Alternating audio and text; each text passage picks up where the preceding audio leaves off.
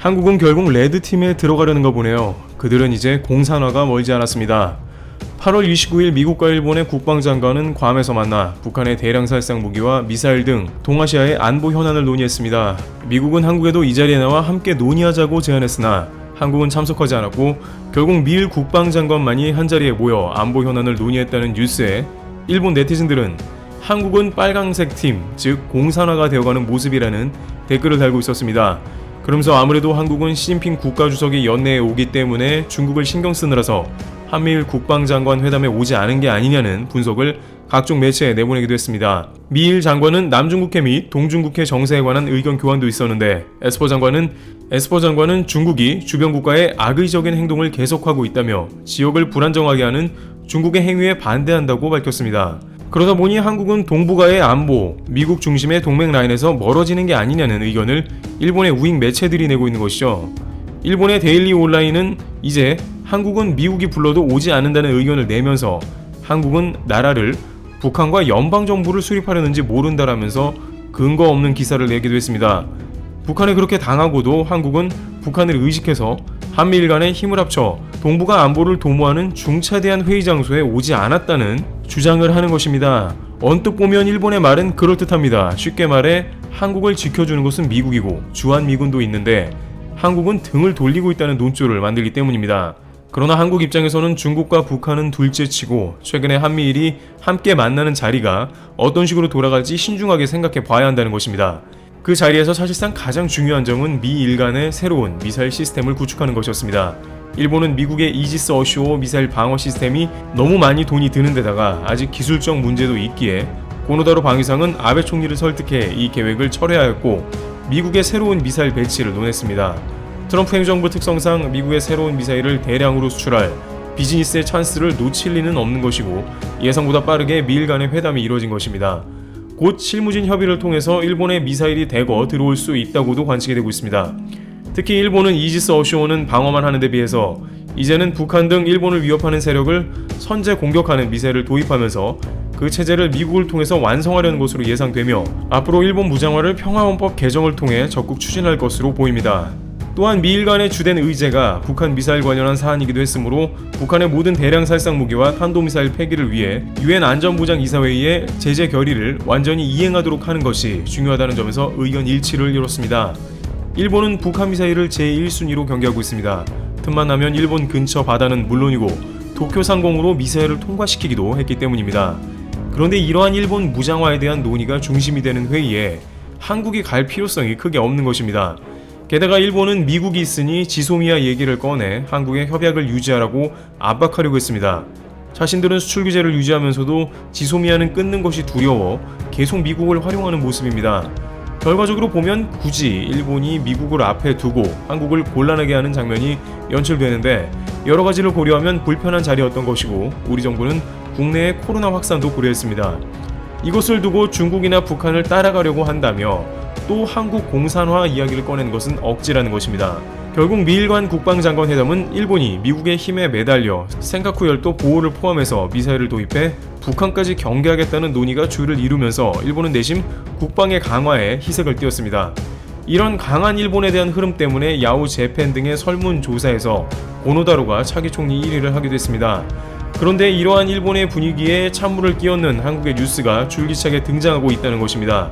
바로 한국에서는 다양한 군수물자들을 자체 개발하고 그 수준이 급격하게 상승하고 있는 상황이며 심지어 미국의 군사동맹 라인에 수출까지 한다는 뉴스가 나오자 관련 커뮤니티의 일부 네티즌들은 미국에만 매달려 자신의 안보를 책임져 달라는 일본은 한국처럼 무기를 왜 못 만드냐는 질책도 나오고 있습니다. 우선 한국은 최근 KF-X 시제기 최종 조립을 시작했습니다. 방위사업청에 따르면 한국은 2021년 KF-X 시제기 출고를 위한 주요 동체별 조립을 완료했고 최종 조립을 시작했다고 밝혔습니다. 2015년부터 시작된 한국의 전투기 사업이 예상보다 빠르게 진척이 되어 이제 시제기가 나오기 전까지 급속하게 상황이 발전한 것입니다. 그 과정에서 미국은 레이더 기술 이전을 거부해서 전투기의 핵심인 레이더가 없이 사실상 무산되는 게 아니냐고 했지만 KF-X는 한국 자체적으로 개발된 에이서 레이더가 장착되어 핵심 항전 장비를 갖추게 됐습니다. 현재 이를 컨트롤하기 위한 막바지 소프트웨어 작업이 진행 중으로 시제품 출고와 맞추어 개발이 완료된다면 한국형 전투기가 거의 완성되는 셈입니다. 2022년에 첫 비행, 2026년에 개발을 완료해 양산을 목표로 한국형 KF-X는 순항하고 있는 것입니다. 한국과 일본은 현재 경쟁적으로 F-35 스텔스 전투기를 도입하고 있는 상황입니다만 천문학적인 비용이 들어가니 자체적인 전투기가 믹스가 된다면 한국은 다양한 옵션을 갖게 되므로 공군 전력이 그야말로 급상승하게 되는 것입니다. KF-X는 사실상의 스텔스 전투기이기 때문에 F-35와 함께 한국의 안보를 더욱 강하게 할 것입니다. 여기에 KF-X는 수출도 할 것으로 관측되고 있습니다. 인도네시아와 KF-X 사업을 한 건 실수라고 얘기되고 있으나 인도네시아는 한국의 T-50과 FA-50을 수입해 운용 중으로 스텔스급 KF-X 전투기의 수입도 유력하게 예상되고 있습니다. 국방 관계자는 2030년 미국의 F-16이 퇴역 시기가 오면 한국의 FX가 그중 5%만 흡수를 할 수 있다고 하면 약 100조 원의 수출이 가능하다고 내다봤습니다.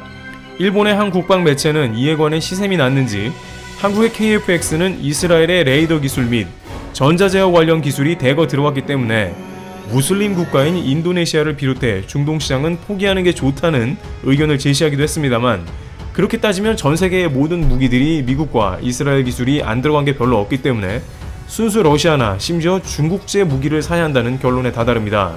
실제로는 반미를 주창하는 많은 중동 국가들에서도 성능 좋은 미국 무기를 우회로를 통해 수입하는 것으로 전해지므로 사실상 한국의 KF-X는 얼마든지 환영받을 아이템으로 단지 잘 안되기를 바라는 근거 없는 주장이라는 것입니다. 그리고 일본이 주장하는 한국 공산화에 더욱더 찬물을 끼얹는 것은 미 동맹체의 한국산 군수물자 수입이 계속해서 증가한다는 것입니다. 한화 디펜스는 9월 2일 K9 자주포가 호주 육군 자주포 획득 사업에 단독 후보 기종으로 선정됐다고 밝혔습니다. 사실상 수출이 된 것이나 다름없는 것입니다. K9 자주포 30문과 K10 탄약 운반 장갑차 15대를 납품하는 이번 사업에 호주 정부는 1조 원가량의 예산을 편성했습니다. 한 호주 정상이 지난해 9월 국방 방산 협력을 주요 의제로 정상회담을 하고 그해 12월 양국 외교 국방장관이 방산협력 확대 방안을 논의하는 등 양국 국방협력이 강화된 것도 영향을 미친 것으로 보입니다. 한화 디펜스 관계자는 호주 법인을 설립해 현지 생산시설 구축을 계획하고 호주 방위산업 활성화를 위한 다양한 지원 방안을 모색하는 등의 현지화 노력도 이번 후보 선정에 영향을 준 것으로 분석된다고 말했습니다. 만약에 한국이 중국과 북한과 라인을 같이 하려는 공산 국가라면 미영 중심 동맹체인 파이브아이즈 멤버인 호주가 한국의 K9 자주포를 구매하려고 했겠냐는 것이죠. 미국은 터키가 러시아판 사드 장비인 S-400 도입을 경계하며 F-35를 판매하지 않겠다고 경고했습니다. 그만큼 민주사회주의 진영 사이에서는 무기를 공유하지 않는 불문율이 있기 때문에 일본 우익신문들이 이야기하는 한국 공산화라는 속내는 미국과 한국을 이간질시키려는 것입니다. 또한 한국이 다양한 형태로 국방력이 급상승하며 KF-X, 현무미사일, 잠수함, 자주포 등 최근 등장하는 무기들의 퀄리티가 세계 정상급 수준으로 가는 것을 보고 위기의식을 느끼고 있음이 확인되는 것입니다. 한국은 벌써 현무4 미사일을 전술핵급으로 만들어 놓고 대량 생산을 앞두며 미국과 사거리만 조율하는 수준인 반면에 일본은 미국의 힘을 빌어 미사일 시스템을 들여와야 한다는 현실에 힘이 빠지는 것입니다. 또한 미국 미사일이라는 것은 일본 자체적으로 미사일을 통제할 권한도 제한받음을 뜻하는 것이죠. 이와 같이 한국은 최근 세계 정상급 다양한 군수물자들을 생산, 수출까지 하는 상황입니다. 앞으로 점점 더 동북아시아의 자주 국방이 요구되는 바 한국의 국방력 증가는 필수 요건이 되고 있는 것입니다. 당원의 의견도 하나도 반영되지 않고 파벌로 차기 총리를 뽑는 일본. 과연 누가 공산국가인지를 되묻게 합니다. 테러블 튜브 여기서 마치겠습니다. 감사합니다.